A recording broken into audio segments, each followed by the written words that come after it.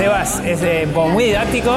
Fecha única, no cuelgues. La canción sin fin en el Teatro de Roxy. Entrada por PlateaNet. Ahí nos vemos.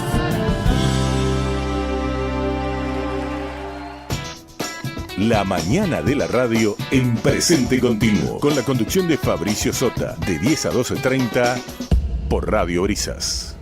Como cada martes, vamos a recibir a Irene Weiss, nuestra ecóloga especialista en temas ambientales, que hoy trae un tema interesante por lo frecuente que lo vemos todo el tiempo, ¿no? Es decir, la contaminación por plásticos.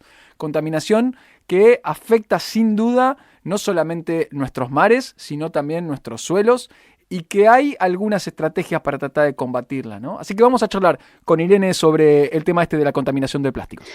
¿Qué es y cómo apoyar esta campaña? Bueno, yo les voy a contar cómo nació esta idea que contagió a más de 350 millones de personas en todo el mundo para reducir los plásticos que tanto daño hacen al ambiente y a nuestra salud. Resulta que Rebeca Prince Ruiz, la fundadora del movimiento, me contó hace años qué fue lo que la hizo querer dejar los plásticos y llamó a reconsiderar el estilo de vida consumista que perjudica al planeta. La contaminación por plásticos es una de las mayores problemáticas ambientales que enfrenta el mundo. Las últimas proyecciones calculan que si no se actúa ya, el flujo anual de estos materiales que llegan al océano se triplicará en el año 2050 y nos vamos a quedar sin fauna y flora marina, lo que sería una catástrofe.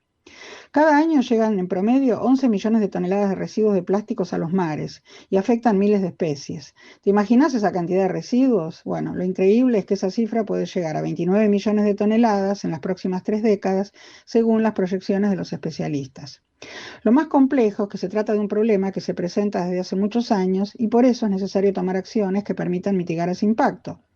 En 2011, la organización Plastic Free Foundation propuso un proyecto para invitar al mundo a reducir su consumo de plástico y esta iniciativa se llamó Plastic Free July, o sea, Julio sin plásticos, un movimiento que tiene como objetivo incentivar a que millones de personas sean parte de la solución de la contaminación y esta campaña con su estrategia de comunicación ya pudo involucrar alrededor de 365 millones de personas en 177 países para que dejaran de consumir plásticos al menos por un mes. Y muchos pueden seguir así todo el año, o sea, esa es la idea, ¿no? Yo lo vengo practicando hace tiempo y les puedo asegurar que es posible. ¿Por qué es tan importante reducir el uso de plástico? Bueno, los plásticos tradicionales son productos derivados del petróleo, son altamente contaminantes porque permanecen durante cientos de décadas en el ambiente y también por afinidad de origen, muchos plaguicidas que surgieron de las industrias petroquímicas después de la Segunda Guerra Mundial se pegan a ellos, lo que los hace más tóxicos. Tal es el caso, por ejemplo, del DDT, dinitrodifeniltricloretano, que es un compuesto que está prohibido desde los años 70, pero como es un contaminante orgánico persistente, todavía está en los ambientes porque es un tóxico bioresistente, bioacumulable en los seres vivos y biomagnificable en las cadenas alimentarias del mar y de otros ecosistemas. Ponen en riesgo la vida silvestre porque se acumulan en las grasas y no pueden ser eliminados por los organismos vivos por la orina o la materia fecal. Como si esto fuera poco, los plásticos también tienen incidencia en el cambio climático porque la mayoría están elaborados con compuestos químicos que provienen de la producción de combustibles fósiles, como el petróleo, que genera gases de efecto invernadero y por lo tanto es responsable del calentamiento global. Cada año, estos 11 millones de toneladas de plástico que mencioné antes van a parar a los mares. Una gran parte de estos desechos quedan en las playas o a la deriva en la superficie del océano por su liviandad o por su bajo peso, pero si se llenan de agua, se pueden hundir e invadir los fondos marinos descomponiéndose por factores físicos o químicos en micropartículas. Pero esto es muy eventual porque recordemos que no son biodegradables, o sea, se pueden romper por acción de la temperatura, de la luz solar, si les llega, que son factores físicos, o combinarse químicamente con otras sustancias. Además, seguramente viste fotos o videos de especies marinas como tortugas y peces que están atrapados en el plástico y hoy también restos de tanzas de redes que ahorcan a los lobos marinos y esta es solo la parte visible del problema. Hoy en día es sabida la presencia de una concentración alarmantemente alta de plástico en el mar y si seguimos así, para el año 2050 va a haber más plástico que peces en nuestros océanos. Eso es terrible. Sabemos que es muy difícil evitar el uso del plástico por completo, pero no es imposible. Si somos más conscientes a la hora de comprar, estaríamos ayudando muchísimo al planeta. Tenemos que empezar de a poco, esta vez en el mes de julio, y eventualmente esas pequeñas acciones se van a repetir y se van a volver un hábito. De esta forma también seremos ejemplos e inspiración para muchas personas y estas a su vez serán ejemplos para otras. Hoy en día, cada vez hay más personas conscientes de las problemáticas ambientales asociadas a nuestros hábitos de consumo y de producción. Y esto es fundamental como primer paso. ¿Vos te animás a pasar al segundo escalón y cambiar la preocupación por acción? Bueno, yo ya lo estoy haciendo hace tiempo. Para fabricar una bolsa de plástico se necesitan muchos recursos para finalmente usarlos una vez. ¿Por cuánto tiempo? Bueno, 15 minutos y luego lo podés usar 2 o 3 veces hasta que se empieza a romper y después va a parar a los vertederos. Eso contamina el agua, el aire y el suelo y después a los mares. En el mejor de los casos hay plásticos que pueden ir a los contenedores de reciclaje, pero no se asegura que haya posibilidades mucho más sustentables que puedan no generar o reducir los plásticos desechables. Por eso el mejor residuo es el que no se genera. Este movimiento que mencioné es global y nació en 2011 con la experiencia personal de su fundadora, Rebecca Prince Ruiz, que les comenté antes. Ella me contó que al comprender algo tan evidente como oculto, que la basura ocupa un lugar y que su origen es responsabilidad de todos. Esta australiana decidió conocer dónde iban a parar sus residuos reciclados, en qué consistía el proceso y por qué usábamos y tirábamos productos que hoy forman montañas e incluso llegan a islas de plásticos en el mar. Haciéndose cargo de su consumo y reformulando los ciclos de vida de los materiales que usamos en la vida cotidiana, Rebecca preguntó a sus más cercanos, ¿quién se suma a no utilizar más plásticos? Y su invitación a la pequeña acción prendió hoy en más de 350 millones de personas de todo el mundo por efecto multiplicador. La urgencia de la crisis climática y el avance nocivo de los plásticos en los ecosistemas, en la biodiversidad y en la propia salud humana instan a sumarse a acciones personales que en suma impulsan a cambios colectivos porque este movimiento se animó a transformar el paradigma. Así fue como un día de junio de 2011, Rebecca visitó una instalación de reciclaje por primera vez en Perth, la capital de Australia Occidental donde ella vive, y se enfrentó a ver y a oler sus residuos de primera mano.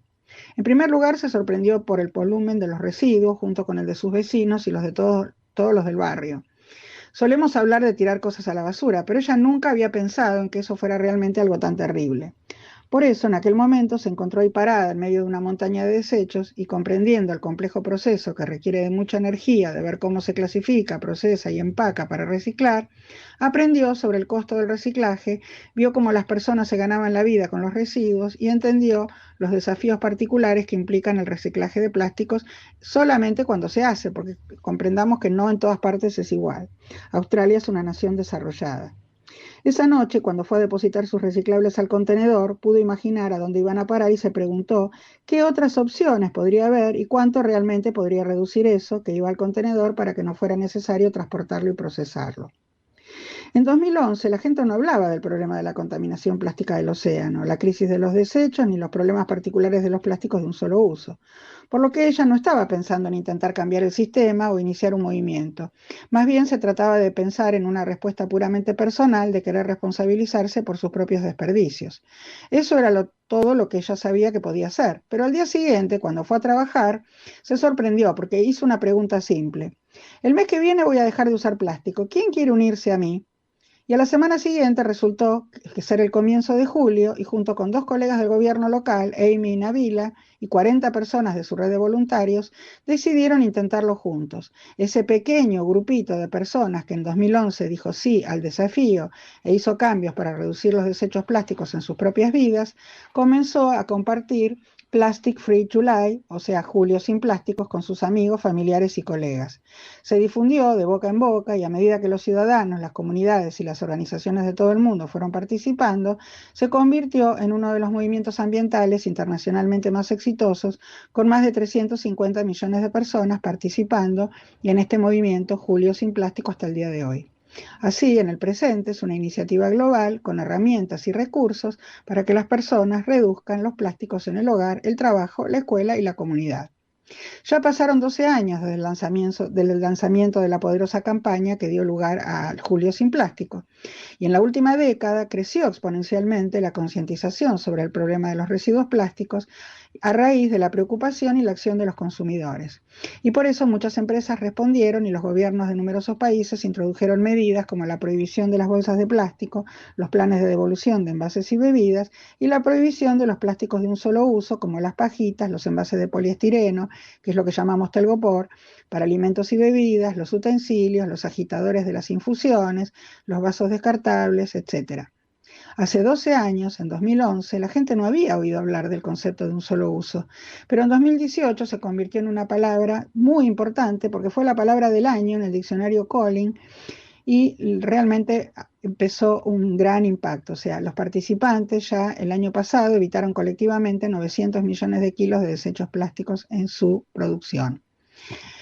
Este impacto superó ampliamente los resultados de cualesquiera de las iniciativas de limpieza global y, lo que es más importante, aborda el problema desde su origen al cerrar la canilla de los desechos plásticos.